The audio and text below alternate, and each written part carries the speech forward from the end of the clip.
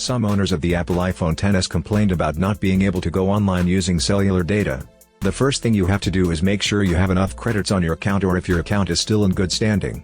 If there's no issue with your account, then you have to troubleshoot your device. Hey guys, RJ here from thecellguy.com, and in this video, I will be showing you what to do if the cellular data on your iPhone isn't working.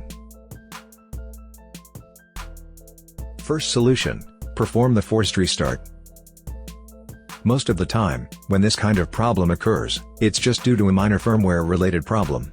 It's something you can fix by doing the forced restart, or simulated battery removal. Here's how it's done.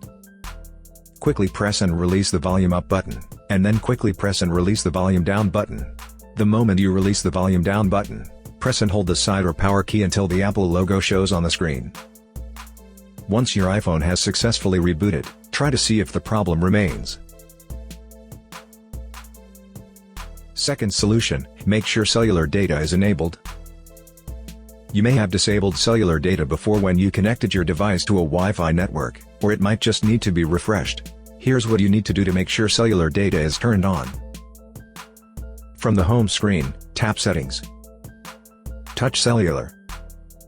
Now, toggle the switch next to cellular data.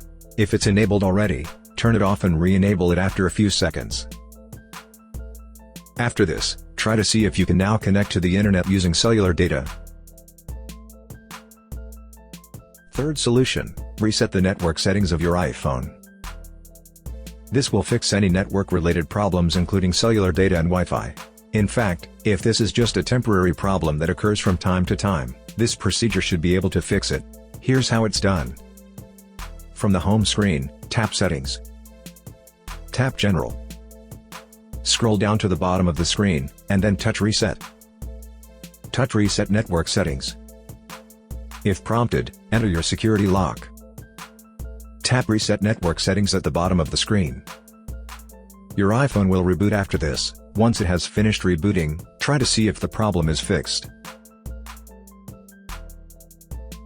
Fourth solution: factory reset your iPhone.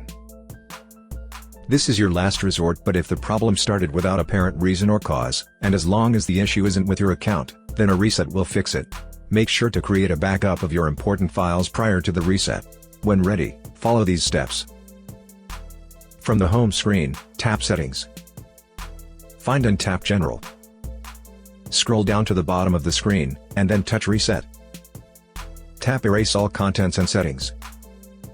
Tap Erase now. If prompted, enter your security lock. Tap Erase iPhone at the bottom of the screen. Tap Erase iPhone again to proceed with the reset. I hope that this simple troubleshooting guide has been helpful. Please support us by subscribing to our channel and enabling notifications. Thanks for watching.